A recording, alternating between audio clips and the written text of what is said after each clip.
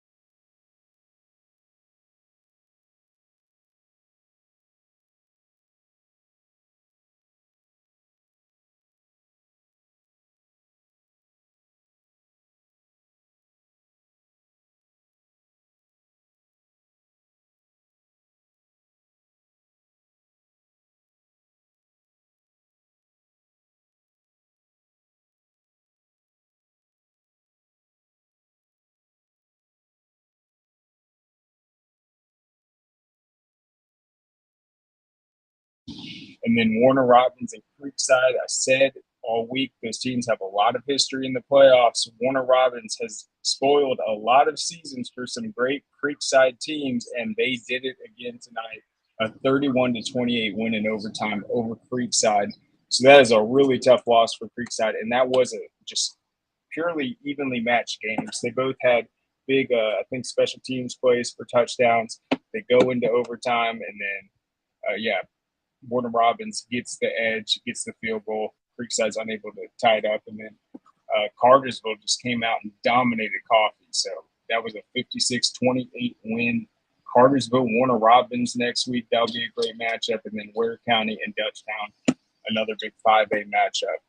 Okay, they said they couldn't hear us, so I think it was on. All right, let's see if we can bring in Coach. Hey, Coach, can you hear me? Hear me? There you go. Yes, sir. All right. Let me give you this one. Bring your right ear. All right, sorry about that, Coach. We had some technical difficulties, man, but we're excited to have you on the show. Big victory for you guys. It was 35-12. Just how are you feeling, Coach? And what kind of led to that victory? I mean, it seemed like you guys were just focused from the start. I think it was 21-6 at half, but what kind of happened there? Yeah, so I, the best way I can describe how I'm feeling is just surreal. I took over this season. A lot of people said that we wouldn't even win our region. Have just bonded together. They play hard. Tonight, they just decided that they were not going to let their season end. They're having the time of their life playing high school football, and they wanted to go earn one more. And they just went out on a whole nother level, mentally and physically, and got after it. Because they played hard. They had a hell of a year.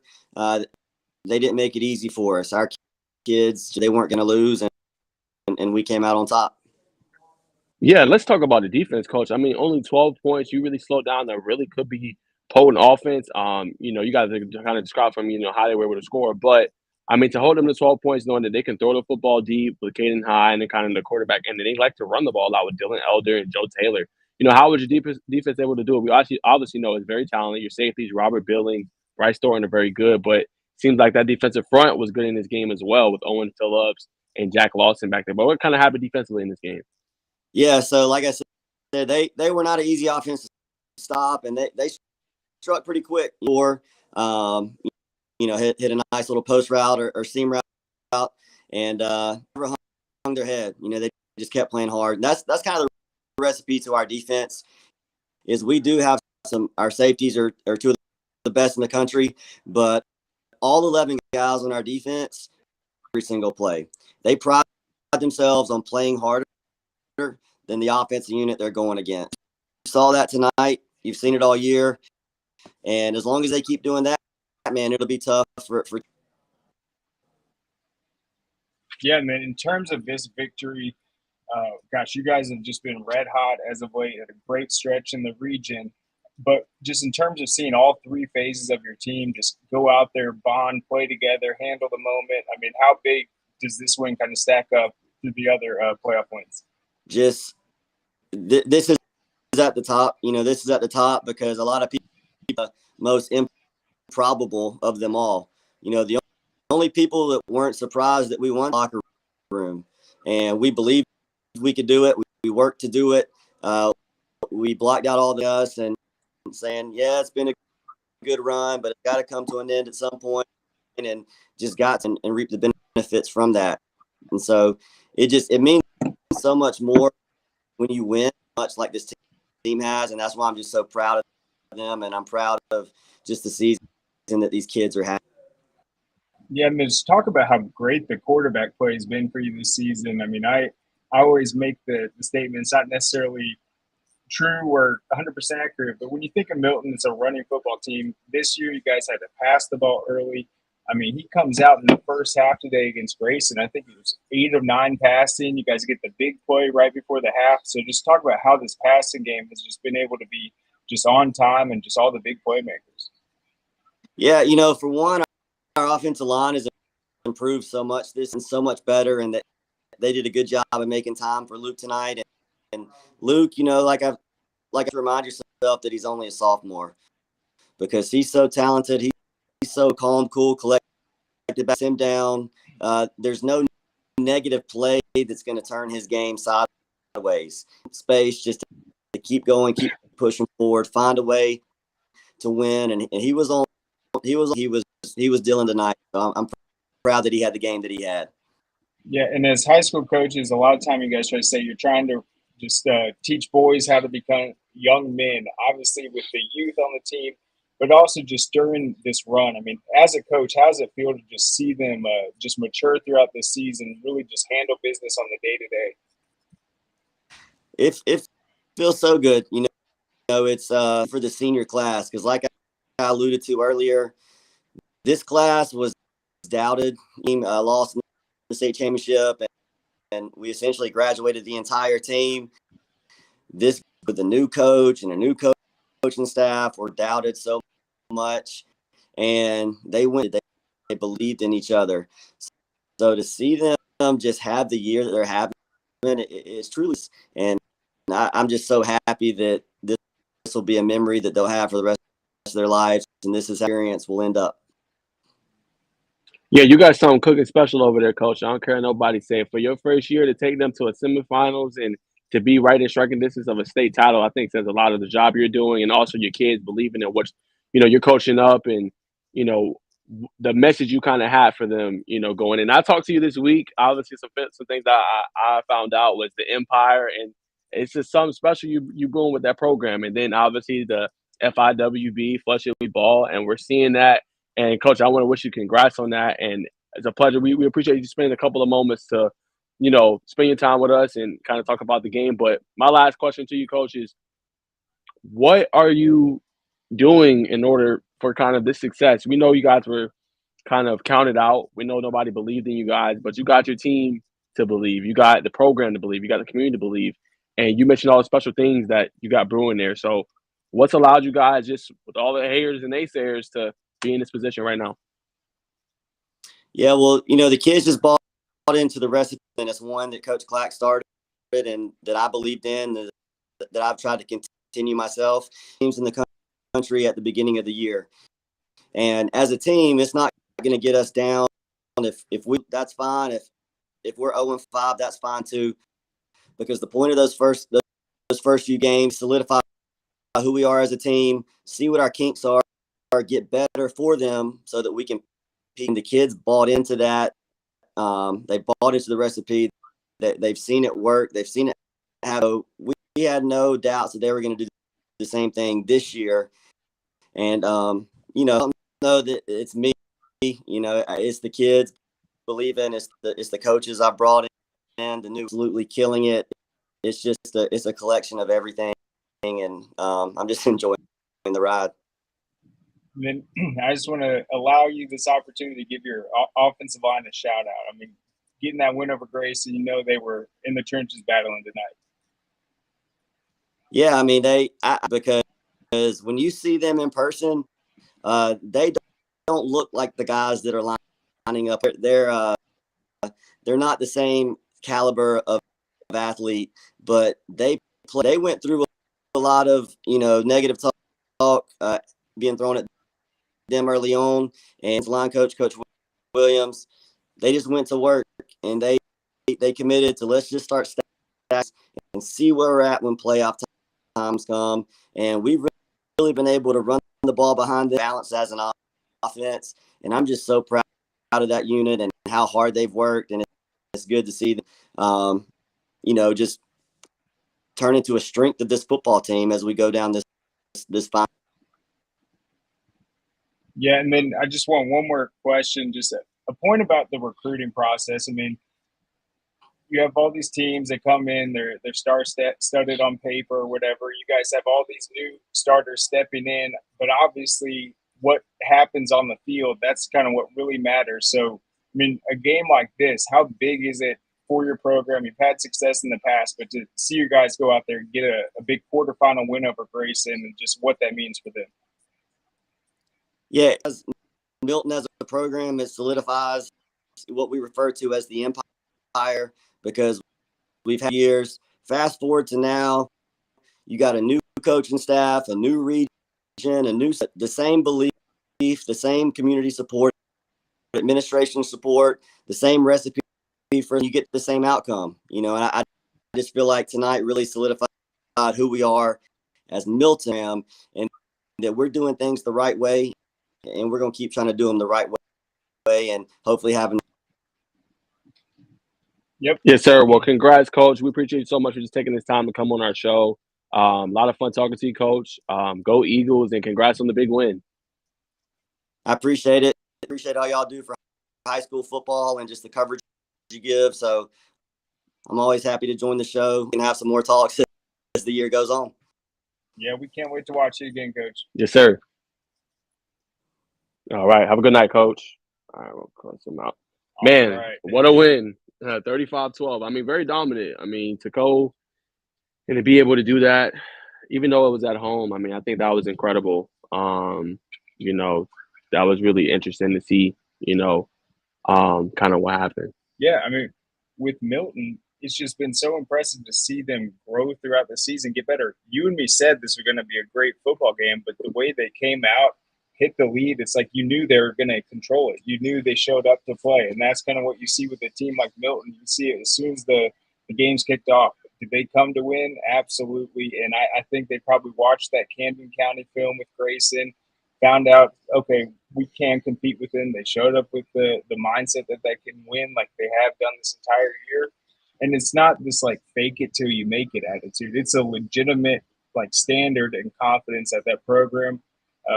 Even when they capture the region, I said it, this just shows the day-to-day game day operations of Milton. They take every day as an opportunity to prepare, and that's how you have to do it in 7A to compete on the level they have year after year. So really impressed by what Milton has done this year. That's a huge win, and they definitely have their hands full next week with Mill Creek. They're playing absolutely amazing also, but I think Coach Reed's going to have a game plan. His guys are going to be fired up, and if they keep improving, keep believing in themselves, I think they can give the Hawks a game. Yeah, I think so. I think it'll be a good one, and don't sleep on Milton. I can't wait for that game. I mean, I don't know if anybody's going to broadcast that, but Mill Creek and Milton potentially next round, that's going to be a good game both ways. Absolutely. Don't sleep on that matchup. Mill Creek is balling, though. I mean, they're beating opponents by double digits, but, I mean, that's going to be a heck of a matchup. But let's talk about really quick, obviously, one of our big YouTube supporters, Jimmy Cash, is on here again. So Thanks again for watching. Sorry about the Tigers tonight. Yeah, he said a 14-6 loss to Oconee. He said he felt they played real JV. They played really soft tonight. So what do you think about that matchup and kind of what happened in that game, Craig?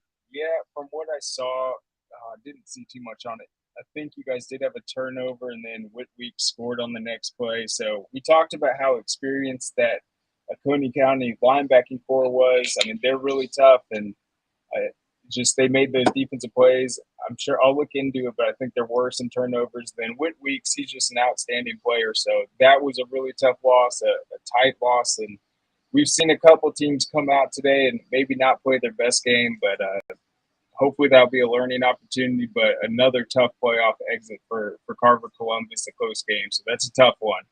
For sure. And sorry, guys, I am multitasking, trying to get a couple more guests on here for you guys. Make sure you guys tune in right now. We're going to try to bring on Langston Hughes, Coach Daniel Williams as well. But I want to talk with Craig real quick before we get another guest on here. Just what other kind of scenario stood out to you? Definitely recap us. Again, Craig's been doing this for years. I'm still kind of the newbie. So what else kind of stood out to you? All right, I'll hit 4A real quick. So Cedartown, they had a comeback win over Bainbridge. Bainbridge is a team that I was looking at. I'm like, okay, looks like Cedartown and North Oconee are on a collision course, but Bainbridge has been playing extremely well. They shut out Burke County last round. I think that was like 44-0. They came out, had a lead on Cedartown, but then Cedartown, Harlem Diamond came through, had the big plays. He lifts them to the win. So they're going to play North Oconee next. That's going to be an incredible matchup. They're both undefeated. They handled Wayne County tonight. They were out in front the whole time, closed out a pretty tight game. And then Benedictine and Stockbridge, that was a 14-14 game, and then they ended up outscoring them, 20-0 in the second half. So they kind of ran away with that one, but Stockbridge had a great season. And then the Troop and Holy Innocents game was wild. Troop was actually up, I believe it was 31-7 at the half. Holy Innocents comes back within 3, 31-28. And that's a team that had such a huge positive margin in the turnover department all season long. They coughed it up on a kickoff return. They coughed it up offensively. Troop took advantage of that. Then they came back and started rolling in the second half. but then at the end, Teotop was able to pull it off for them, and then they had a huge drive at the end to just basically bleed out the entire clock. They ended up punching it in, I think, on a Teotop touchdown run. So that was a key drive for them to close out that win. And then Quay Moss had the game-clinching interception. So that was a big win for Troop. I thought Holy Innocents might give them trouble just because it's a triple option team. Some of their touchdowns, you did see. I mean, they pitched it outside. Troop was not in contain, and they kind of have a wide open path to the end zone. So that was a tough game. I like Troop. I think they're going to give Benedictine a great game next week. Yeah, I agree. Great summary there from Craig. Definitely, I think we got a coach now. Coach Pruitt, I believe, from Roswell Awesome. is here. Let's see if we can bring him on. Hey, Coach, can you hear us? Yes, sir. I can hear you guys. All right. Yeah, thank you so much, Coach, for joining the show. We really appreciate it. Thank you for having me. Yes, sir. Yeah, so Coach, that was a pretty crazy game. Thomas County Central's an outstanding football team. Looks like they came out to a hot start. What did you tell your team? What did you see from them to kind of start that rally and believe in yourselves and come away with that victory? Give ourselves at a 24-6 hole at the start of the game. Play it one play at a time and just really the moment we're trying to do, whether that's get a stop on offense. I think maybe in the first half we were on the first play of the game instead of just trying to get a first down and could do so. Being able just to slow the game down a little more of our brand of football and try to do as possible. And we were able to obviously got ahead, and I think we being able to hold 6-7 minutes really helped and really grind. And Coach, have you faced those kind of deficits earlier this year? You know, what were some things? Obviously, I know you outlined what your team needed to do in the second half, but you know, do you think those previous experiences earlier in the year, allowed you guys to kind of fight back, battle that adversity, and come back and win this game? To be honest, we haven't had early on, but we've had a couple just wasn't going the way we'd like to, or we were hoping, scoring or stopping as much as we wanted to do. So being able to have that adversity and not to being able to have success at this point, think about to our team last year, we came and we were down 24-3 at halftime. I told them at halftime, it's like, it couldn't have been much worse, right? Right. I mean, possibly could go. Yep. So we just keep playing, get back in it, and we got back in. But memory of being able to just really continue to play our brand is what's kept us on track pretty much all year. Yeah, and that second half. So I mean, they're up 24-6 at the half. You're on the road. They've been undefeated this season. They're obviously just playing with a ton of energy. You guys outscored them 36-7 in the second half, though. Once you guys finally got that lead, though, I mean, just talk about not necessarily the sigh of relief, but just the energy and just relief you guys had to complete that incredible comeback.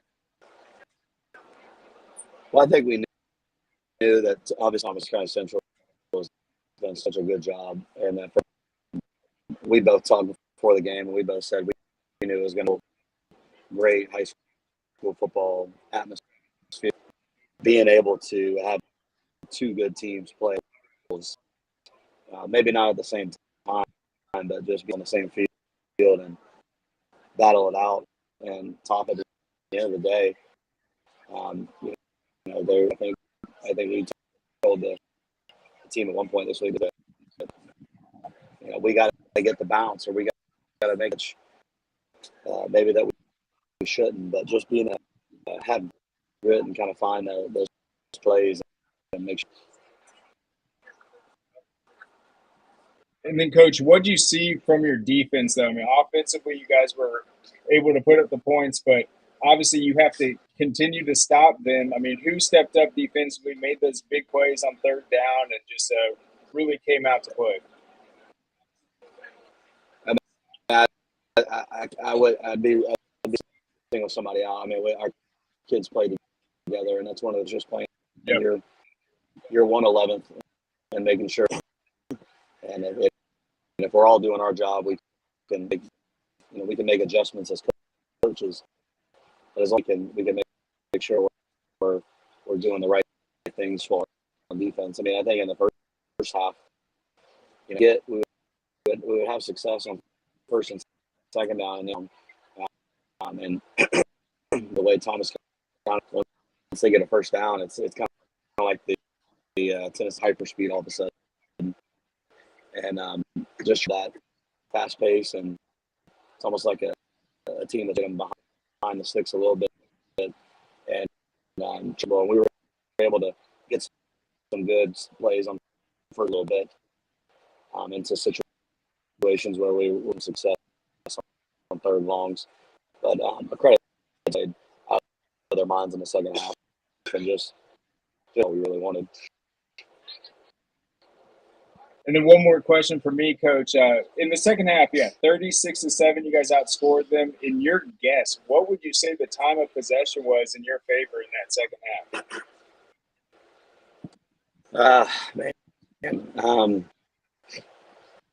It wouldn't shock me if we had 18 minutes, somewhere around there. And again, you were talking about how it was long drives, right? Yeah, and that wasn't like a plan to hold on to the ball. It was just trying to back into the swing of things. So I think you and I have said before too, when we're in good situations where we're not in 2nd and 12, we're pretty good offensively. And I think our offensive line, as well as our quarterback, was the game, and ultimately, I think they're the more physical group up front. At Roswell is just making sure group on the field whenever we play. And I guess my final question, Coach, before we let you go, is just, after everything this program has been through, we know what happened last year in the untimely, kind of unfortunate death of Robbie Roper. Just how good does it feel, Coach, to be in this position, to be in the semifinal round and competing for a state title? It's something that we're not very how we feel, how we operate.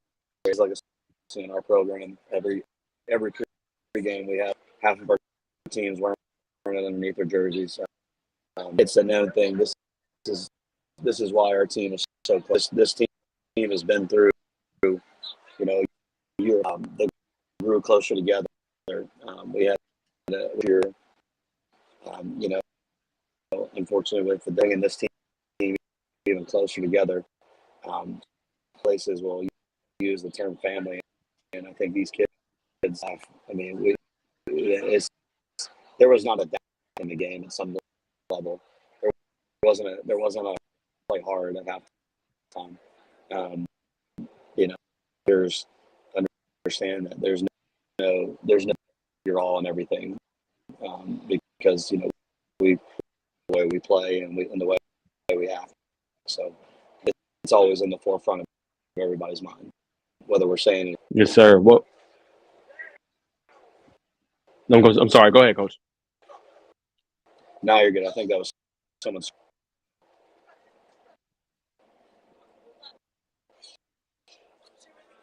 You good? Yeah, I'm good. Well, hey, Coach, thank you so much for joining the show. Congrats on the big win, overcoming the big deficit. Exciting watching your team play this year. We did have you on TV earlier this year when you guys played Alpharetta, but just congrats to your group and so much you guys overcome over the last couple of years, and glad you're in this position. So much for having me on. You have a good night. Happy Thanksgiving. All right. So I think that was interesting what he just reminded us of, that ridiculous, incredible playoff win they had last year through adversity against North Cobb. That was insane. So this is a program that maybe hasn't been in this position this year where they had to have the comeback, but I mean, that was last season. They have kind of that playoff belief in themselves. And I think what he said was just so interesting. One play at a time. That's They it. just handled it. They didn't get overwhelmed by the deficit. Nope. Once you're down 24-6, you Yep. get on the board. Now it's only a 10-point deficit. So they just dominated the second half, controlled the ball, Yep. played well on first and second down, didn't put themselves in the third and longs, and just really dominated the second half. So that one will be an interesting one to look into further. And that Gainesville matchup will be interesting, especially coming off a really tough win like that. Yeah, I agree. That'll be a great matchup next week. We're going to see if we can bring in Coach Boone really quick from Langston Hughes. They had a big win tonight. Hey, Coach, how you doing? Can you hear us? Can't hear nothing. Hey, Coach, can you hear us? I can't hear anything. That was frozen a little bit. Okay. But yeah, I mean, again, just right back to it. Big win for them. I think, like you said, that Gainesville-Roswell matchup will be huge. And, you know, both of those teams can air the ball out. Obviously, both of those teams can get stops when they really need to. So we're interested to see who's going to win that matchup next week. Obviously, when we preview it. But looks like we got a better connection from Coach. Let's see if we can get him. Hey, Coach, can you hear us?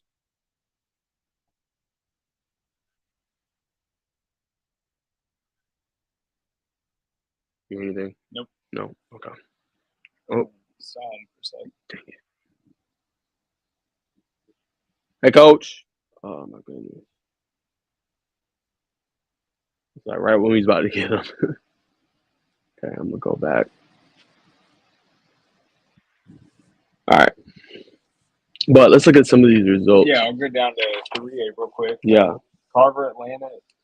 Jordan, did Carver, Atlanta, they held on to win, right? Yeah, so I think when I checked out, it was 26-17 at Thomasville. Carver, Atlanta showed up in the playoffs, and we said in that region it's going to come down to Carver, Atlanta, Sandy Creek, and Cedar Grove. They are all off into the semifinals, and Yep. they will be joined by Coney County. As we mentioned, they had the win over Carver, Columbus. So once again, that region showing why they're so dominant. Sandy Creek's putting up massive points all playoffs, a 51-21 win over Savannah Christian. And then I was just impressed with Cedar Grove's defense tonight.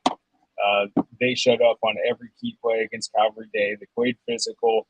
And then offensively, they just had a rotation of running backs the entire game, just dominated the ground physically. And Cedar Grove playing to that championship caliber we've seen year in and year out. So the Saints, once again, in true playoff form. And then in 2A, there's some interesting matchups too. The one I want to highlight, though, so Appling County, they beat Callaway, okay? That was a 23-14, and then Thompson had the win over South Atlanta. That's actually a rematch. Appling County and Thompson, a rematch of the 3A quarterfinals last year. So now they're in 2A, and Appling County won that one 21-7 a year ago. So I think Appling County, Thompson, that'll be a big one in 2A, just a familiar kind of playoff matchup. And then Fitzgerald survived a 21-14 overtime win against Rockmart, who had been putting up like 60 points a game. They were down early in that one. That's number one ranked Fitzgerald. Coach Pruitt's doing a great job there. They were super young last year, had a big run, but this year that was a huge win over a Rockmart team that had been just lighting up the scoreboard. And then Fellowship Christian, a team we saw week one in the Corky Kell. They were kind of young, replacing a bunch of people. They're new to 2A, and then they've really turned it on, 40-22 win over Pierce County. So I think 2A looks interesting. A tough loss for South Atlanta. They gave a bunch of kickoff returns and late points in the second half that really killed their comeback attempt. And so Thompson's able to pull away with that win. And then do we have Coach, or do you want me to go down to Class A real quick? Let's see. Hey, Coach, can you hear us at all? Okay, I can't hear Coach Boone. I don't know, Coach. Hey, Coach, can you hear us? I can hear you. Can you hear me? Yes, sir. All right. All right, so Coach, what do you think of just this win, the season you guys have been having, what Wayne County has been able to do this season, kind of new to the classification, but you guys, looks like you came out, struck first, kind of got in control of the game, and just were able to close it out with just great play. Yeah, no, Coach Shaw has done an unbelievable job. I just start with that. You know, you turn the film on, and you can see his culture. You know, I've followed him for a long time. They play a physical style of football, and he's such a great coach that he puts his kids in position to win. And he does a really good job of figuring out what he has, and then using that to try and exploit weaknesses. I felt like we played really, really well on defense, and limited, their ability to run the football, and then offensively, we needed to be able to establish drives, and I felt like we did that. The one thing that we've got to improve on, we turned the ball over way more than we have in probably 5 or 6 ball games total. And so, you look back and things you got to improve on. We can't turn the ball over. And then in the kicking game, we played very solid and didn't make any mistakes because they got some dangerous returners. So just overall, very proud of the way our kids played and battled tonight. Yeah, and Coach Shaw is a Wayne County alum, so he brings that kind of extra pride to the table there. So I know he had been motivated. But just what do you think overall? You said you had the turnovers. I mean, how your kids handled that? Because it's not easy when you make a mistake in front of that many people. You feel let down. So I mean, what'd you just tell the kids? Hey, come on, we got this. Yeah, it was our quarterback, and it's very uncharacteristic of him. And I told him, I said, look, your character as an individual is being tested right now, and how you're going to respond to this because the nature of your position, like everybody's watching you. And he's very mature and never let it bother him. And our defense did a really good job of getting themselves out of the bad situation, the bad field position. And we were able to I think we forced 3 turnovers ourselves. So that negated some of that. But I felt like we could have put the game away a little bit earlier had we not turned the ball over the way we did in the first half. Who are some of those players, Coach, for you defensively? You mentioned the 3 turnovers that just stepped up big for you, just relentless all night with their pursuit to the ball and kind of creating those, turnovers. Yeah, so we had 2 interceptions, one by Trey Lenhart, who's a junior corner that's playing really well right now. We had an interception by Jack Fabris, who's committed to play at Kansas State, who's having a great year. And then Khalil Barnes, who is he's got a couple options, and I think he's kind of narrowed it down to Notre Dame, Oklahoma, and Clemson. And he forced the fumble tonight. So those 3 guys, and then the way our defense rallies to the ball, they gave us a chance to make a lot of plays on that side of the ball. So just very proud of the overall effort that we played with tonight on defense. And Coach, going to like a semifinal round that you're going into now, being that, okay, your quarterback made some uncharacteristic, mistakes. Do you go back? Do you like kind of flush this film out? Or do you kind of tell your players going in next week, hey, these are some things that we cannot do, but we were great defensively. This is what we need to do. Or do you just kind of just flush everything and you just move on to the next matchup, like from a coaching perspective? Yeah, I think it's a little bit of both. You do have to flush it. You have to move on. And you have to be able to respond the right way, but you also have to teach, and you have to get them to understand how important possessing the ball is. And you go play a good team like we're going to play next week, and they're going to make you pay for those. And we were fortunate enough tonight to not, they returned one of those fumbles for a touchdown. If the game had been tighter, that would have changed the momentum drastically. It's something that you got to teach, and we can use to teach with, but you also got to be able to flush it, and you got to be able to move on pretty quick because nobody's going to feel sorry for you at this point. Yeah, and there's a couple of things that make a team special that are kind of like the intangibles. I think one of them is when you have a team that's really senior-led, guys that have played together a long time. That is certainly going to be the case with Cedartown. So I don't want to talk about the matchup too much, but we've kind of seen this possible collision course. I mean, what's this week going to be like just preparing for this upcoming matchup? Guys like Eli Burrow, Reese Tanner, just everything Cedartown's been able to do this season. Yeah, no, I know Coach Abrams well, and he does an unbelievable job. I mean, you get to this point, you're facing really good coaches that know how to scheme and they know how to get their kids ready. And so our preparation I mean, it's got to hit another level. We made it to this point last year and then played a really good Benedictine team. And, if you want to get over the hump and you want to play for it all, you have to prepare really, really well against good teams. And we know we played them 2 years ago, so we kind of know what they like to do and how the style of play that they like to play with. And we're going to have to be able to match that. They play with a lot of physicality and they try to run the ball downhill, and then they're going to hit you with some of that play action off of it. But they're extremely talented. We played against several of these kids 2 years ago as sophomores, and now, they're seniors, so they're that much stronger. They have that much more experience, and they battled last year and made it to the same point. So it's going to be a good test, and we're going to have to do a really, really good job from this point until Friday night at 7:30, getting ready to play. And at this point, you guys are, 13-0, right? That's right. And so how many times has the program previously been to the semis? Is this the first? This is the second. Last year was the first. That's right. Okay. And then first time going 13-0, correct? That's right. This is the most wins in school history.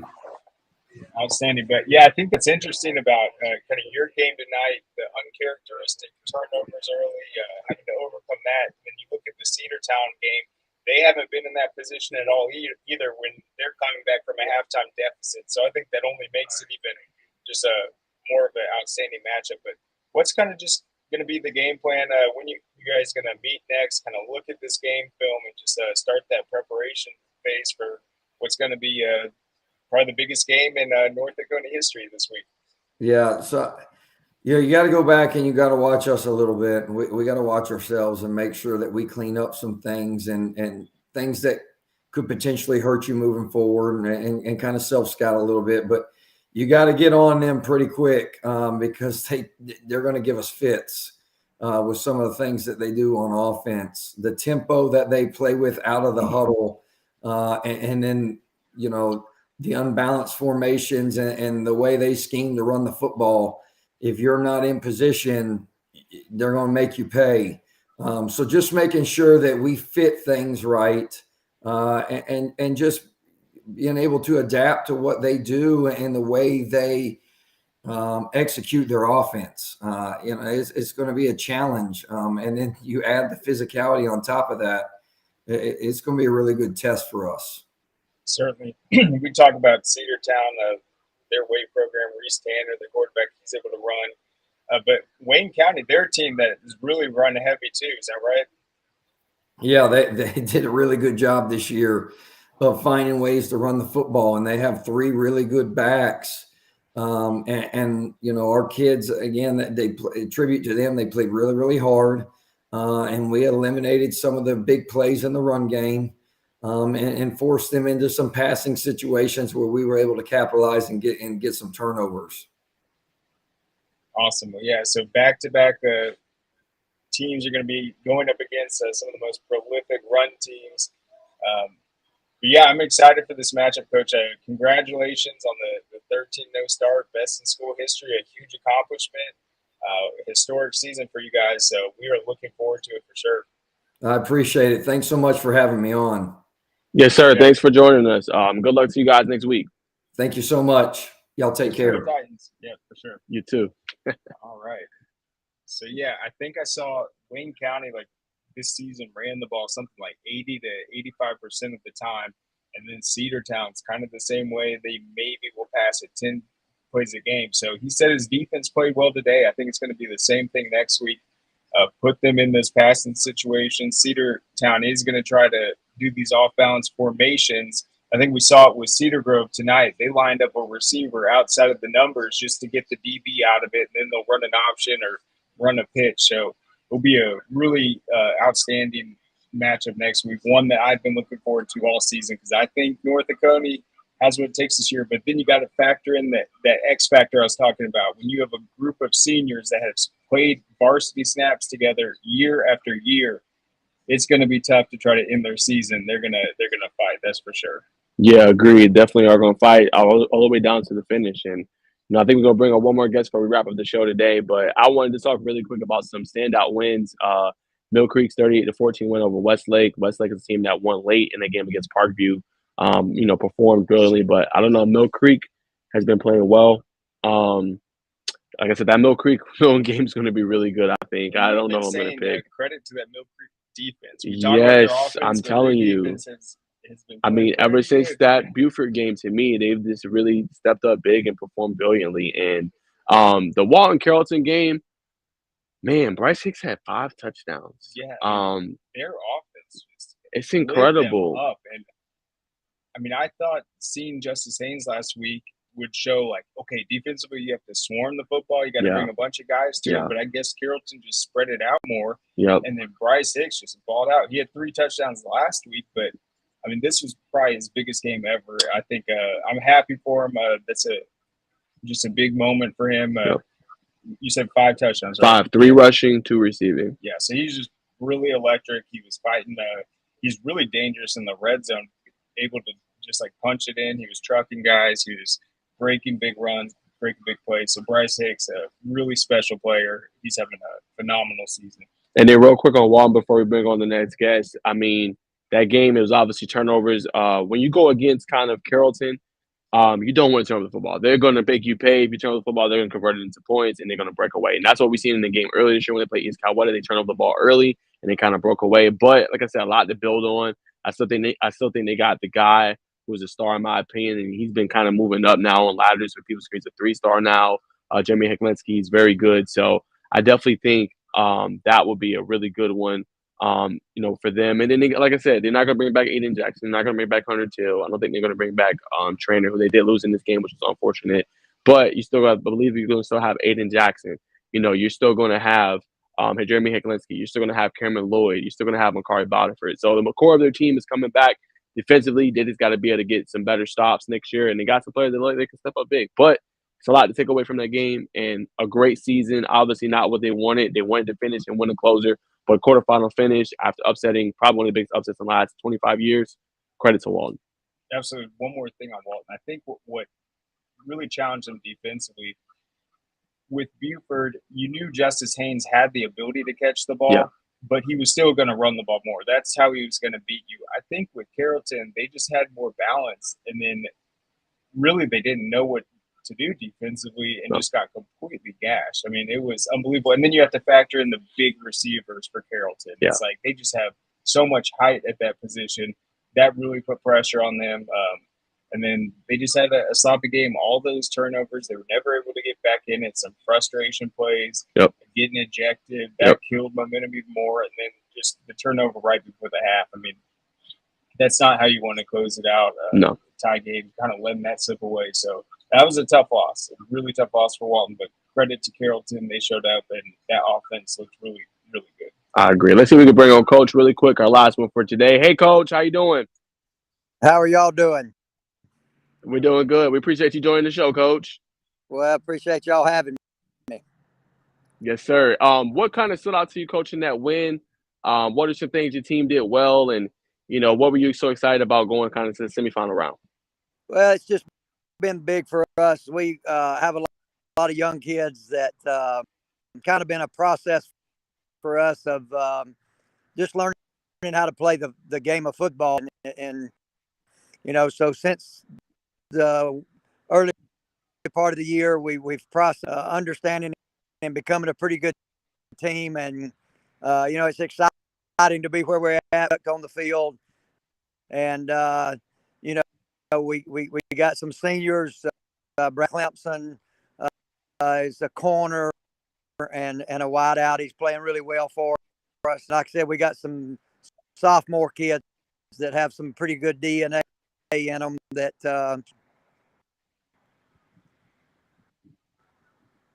Yeah, Coach, and you were coming off that big win over Tryon in the last round. That's a really experienced team. They were outstanding this year. Then what did you see from Buckley County just on film heading into the matchup? Well, they got a lot of – had a really good year last year. They run the ball very well. They played, so we knew that we wasn't going to probably, run, and we had to stop the run. And so, that was partly going into, we have the ability to throw it a little bit, so that kind of and kind of got us our early touchdowns. Yeah, and so you guys are kind of new to this Class A Division One. I mean, obviously in A private last year. But what have you seen from your team just in the playoffs where they believe they can handle this and you're taking it one game at a time? You're looking at this bracket play out. I mean, what have you just seen from their confidence level in the postseason? Well, it's been really fun to watch how to, prepare on Monday through Thursday because, like you said, when you get in the playoff week at a time, because if you don't, win, you don't move on. So, to be 1 week at a time, Monday through Thursday, have some good practices and prep. And but like you said, the confidence level has really, they believe in each other, and it's really where teams are built. I mean, you chemistry and the playoffs are just so important to a program, and we're gaining some experience in that. Yeah, and in terms of the St. Francis program, how many semifinal appearances has it had? Oh, wait, yeah, this is it. I mean, Yep, this is I mean, we're going as deep as they have, and we're just trying to build here, and like I said, the buy-in has been great from the school, and the kids have been awesome this year. They've just done a really good job. And building on that, Coach, what has just been your most favorite thing about coaching this group this year? I mean, I feel like every year, you come in with a different group. Obviously, some years you have seniors and juniors, but different influx of players coming in. But what's been your most favorite thing about this group this year? Well, I mean, just that they're young and to watch how far they've come from the beginning. I mean, a game today, sometimes it can really be a little bit this young. They can think it's a little bit about them and individuals, and then it also, show and what can I do, but they're learned that it's probably the greatest team game there is, and it teaches you so much about I think that's what they've done. They've learned, and when you get a group of guys that care playing for something bigger than just them, and they are having a good time. They're really having a good. I mean, Coach, when did you take over the St. Francis program? I know you've really had success at some other ones, kind of starting them off, right, making big runs. How long have you been with the Knights? Well, twice really, but I've been this is my 5th season at St. Francis. A team, the second year that actually won the first playoff game. We went 2 deep that year, and so it's and this is we're finally getting some fruits of our labor. Yeah, and you guys are going to play Prince Avenue next. They're kind of a team. They don't really disguise what they're going to do. They're going to come out and pass the ball. I mean, what do you just think going into that matchup, and just how well prepared your defense is going to need to be? Yeah, I mean, they're really good. They got a great been there. They're good, and we're just getting there. So it'll be a huge challenge for us. We'll it will be we have a lot of sophomores that are playing and that have grown up. So good matchup. I think it's a good matchup, and should be a really good ball game. Yeah, it looks like it'll be filled with sophomores, though. They got Aaron Philo, sophomore quarterback. You guys got a bunch of sophomores stepping up. So I think it's a big game just for both programs, and definitely for you guys. That's a huge matchup, and credit to your success this season. Well, thank you, and I appreciate all y'all do. Yes, sir. And congrats again on the win. We can't wait to see you guys play in action next week in the semifinals. All right. Thank y'all. Yes, sir. Awesome. All right, guys. another historic first on the show. But yeah, St. Francis, that's a team. We know they're good at basketball, but they have not been a state championship team in terms of football. But I like that their chances in that Class A Division One. I said they had that big win over Tryon last week. That was a really good football team. That felt like they could have been in the Division Two. I always say they were the smallest school in there, but still returned a ton of talent, and they were looking to make a big run this year. So that's back-to-back big wins. And as you said, like once you start picking up those playoff wins, a young team can start believing. So I think if they have a game plan, a way to stop Prince Avenue, who came out slow against Metter today, and really just try to control the ball, because they're going to try to pass the ball, I think, 50 times on them like they do every week. So that'll be an interesting one, another big one. Yeah, for sure. I agree. That'll be a good game. Incredible finish from two young teams, and we get into the nitty gritty, man. I mean, we got a semifinal round. I can't wait to see what game we'll probably find out either tomorrow or Sunday what game we're going to go to far as the televised game will be this week. If you guys didn't see the action, there'll be some highlights kind of posted later from the Cedar Grove game. But there was no doubt in my mind. I think real quick about the Cedar Grove game, kind of before we wrap up the show today. I'm not surprised they won 31-0 or 30-0, whatever the score was. Man, when you play a non-region schedule as tough as that, you're exposing yourself to some of the best talent in the state. And all these teams are still in it. Mill Creek's still in it. Colquitt's still going to be in it.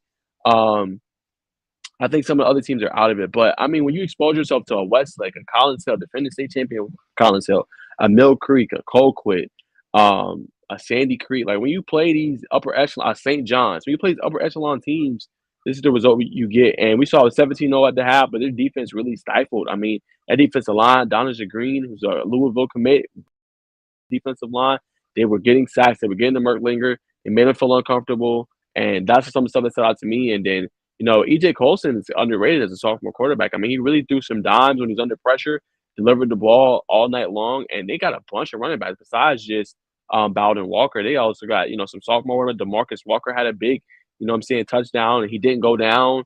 Great blocking down the field. I mean, Cedar Grove, I think, again, is on a collision course, to, possibly even repeat for another title.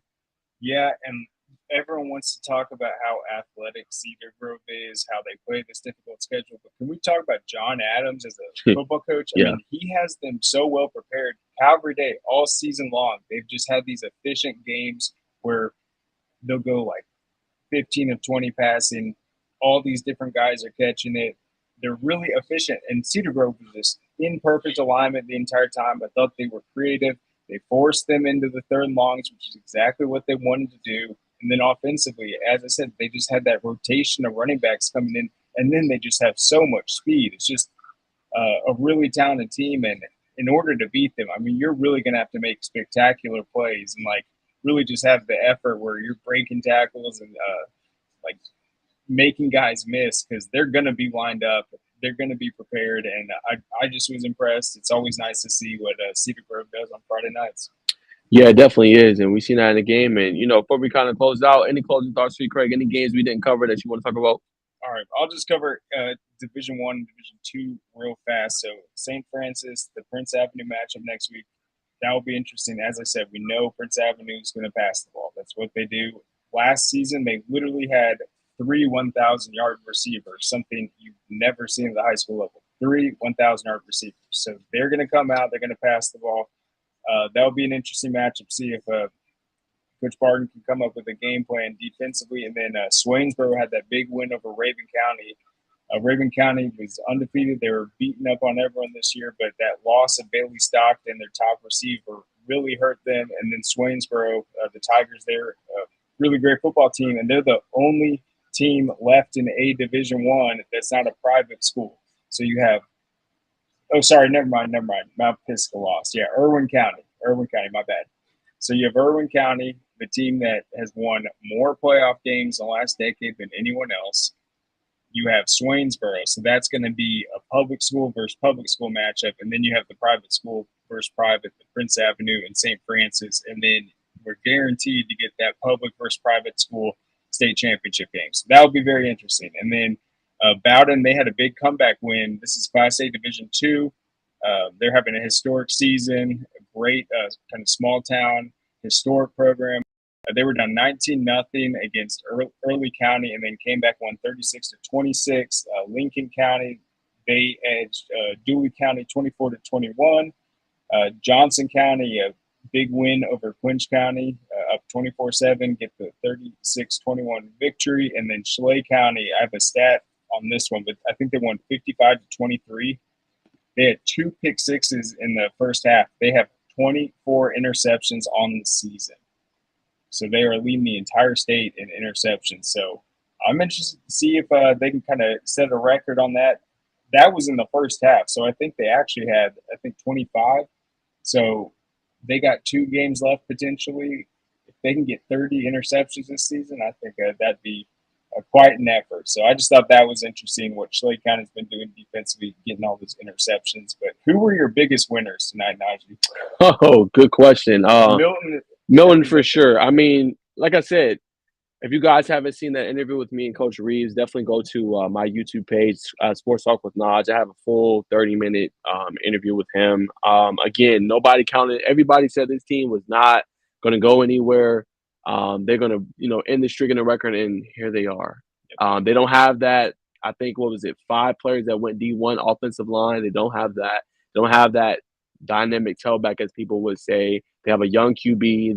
They do have stars, saying there with DeBron Gatling and obviously Bryce Thorne and Robert Billings and stuff like that. But look where they are. Nobody expected them to be here. That's definitely a big winner for me. Another big winner, I would say Roswell. Just, Thomas County Central is a really good team. To be down 24-6 and just to come back and win that game 42-34, I think says a lot about what they have going on and what they're doing as a program. I think that was a win. I think Mays, despite that loss, with those juniors and sophomore, you were able to bring back all year long. This game went to overtime. It was a 40-34 victory, I believe, for Dutchtown. All year long, they just competed from week 1. Even they were down 3 scores against Douglas County, 49-28. They came back and made it a game 49-41 at the end. I mean, all year long, just relentless, and they nearly made it to the semifinal round. So credit to them and what they did with their program. I got to give them a huge, huge, huge shout out. Another winner for me, obviously, would be that region. I mean, these are the creme de la creme in 3A. Obviously, Carver, Atlanta, Sandy Creek, and Cedar Grove, all 3 have an opportunity to win it all. 2 are going to face off, I think, next week. I think it's going to be Carver, Atlanta, Sandy Creek. I think, I know Craig knows the matchup, but I know all 3 are in the semifinals. That's huge for that region. Good thing all of them are in because they are incredible schools. I will give them Sandy Creek's going to play Carver. Sandy Creek's going to play Carver. Okay, my bad. Sandy Creek's play Carver. So they're going to get some revenge. Those playmakers that Sandy Creek has, Buchanan and all those boys, that's going to be such a good matchup. And there's a lot of familiarity between both of those programs. That's another winner. And then my last winner, Thompson beating South Atlanta. I mean, I thought South Atlanta was a collision shorts to win it all this year, but they went in there and put 56 up on them and got the victory. So shout out to them and shout out to all the schools that I couldn't address. But, I mean, man, this is a lot of fun. If you guys aren't subscribed to Score Atlanta on YouTube and you aren't following us on our Twitter page or our TikTok, you're missing out, man. We do this every Friday, so we love just recapping the games. And shout out to Jimmy Cash, who's been a loyal supporter for us. We're definitely going to address that Mill Creek versus Colquitt actually in our show on Tuesday, Jimmy. So tune in. We like what you said there. We're going to actually break down that matchup. Obviously, don't play now, but if that's a potential matchup, we're going to break that down, what that can mean, and how Mill Creek and Colquitt has performed so far in the playoffs. So tune in Tuesday at noon to get me and Craig reaction to all the 7A state playoffs, some college football, and obviously some NFL. But I'll throw it to Craig with any lasting words. It's very interesting. As I said, all the 7A winners today had really strong showings. That's what kind of impressed me, the way they all showed up. Milton primarily. We saw the comebacks in 6A. We saw the late start with Hughes kind of coming out sloppy, but then once they turn it on, it was back to regular form. So we still know Hughes the team to beat in 6A. Thought 5A, the dramatic wins for Warner Robins over Creekside in overtime, that was huge. The Dutchtown win over Mays, his former team, that was a huge test. You know that game was just wild and exciting. And then in 4A, I'm obviously interested in that 1 versus 2 next week, Cedartown and North Oconee. And then I think it's impressive, 13-0 season, first time ever for North Oconee. They want to keep this thing going, and I think they have an ability. Once they get past Cedartown, that thing could be theirs to be a big achievement for that program. 3A, we saw what Cedar Grove did tonight. I was impressed with how Coach Adams had them prepared defensively, shutting out a Calvary Day team that's no joke. They showed up, so big ups to the Saints. Then 2A, Fitzgerald, they got the big win. I think, Thompson, that kind of newcomer down in the 2A, that's a big win over them. We thought South Atlanta could have the potential to win it this year. And then they're going to be playing the Appling County team that beat them last year. And then into that Class A Division I, I like Irwin County playing Swainsboro next week. That'll be an epic one. And same thing with Prince Avenue and St. Francis. And then down in Class A Division II, really like what Bowden's been doing this season. So that'd be big for them. That program has been really hoping for a state championship for a long time. They've got so much tradition down there, and I think it does benefit them to have some of those bigger public schools like Irwin County that used to be in the Class A public, now up in the Class A Division I. So that might open up an opportunity for Bowden to kind of make history this season. I agree. Well, that's all we got for you guys this week. Great recap by Craig. Make sure you guys go to scoreatl.com to get all the recaps that we're going to finish actually right now. Get up out of here, hopefully before 12:45. And we'll see you guys next week, Tuesday, for our show. Tune in at 12 o'clock. Follow Score Atlanta on Twitter, TikTok, Instagram, all the social medias. We got all our stuff on there. We love you guys. Thank you so much for all the support, and we'll see you guys on Tuesday. Yep. Peace. See you guys.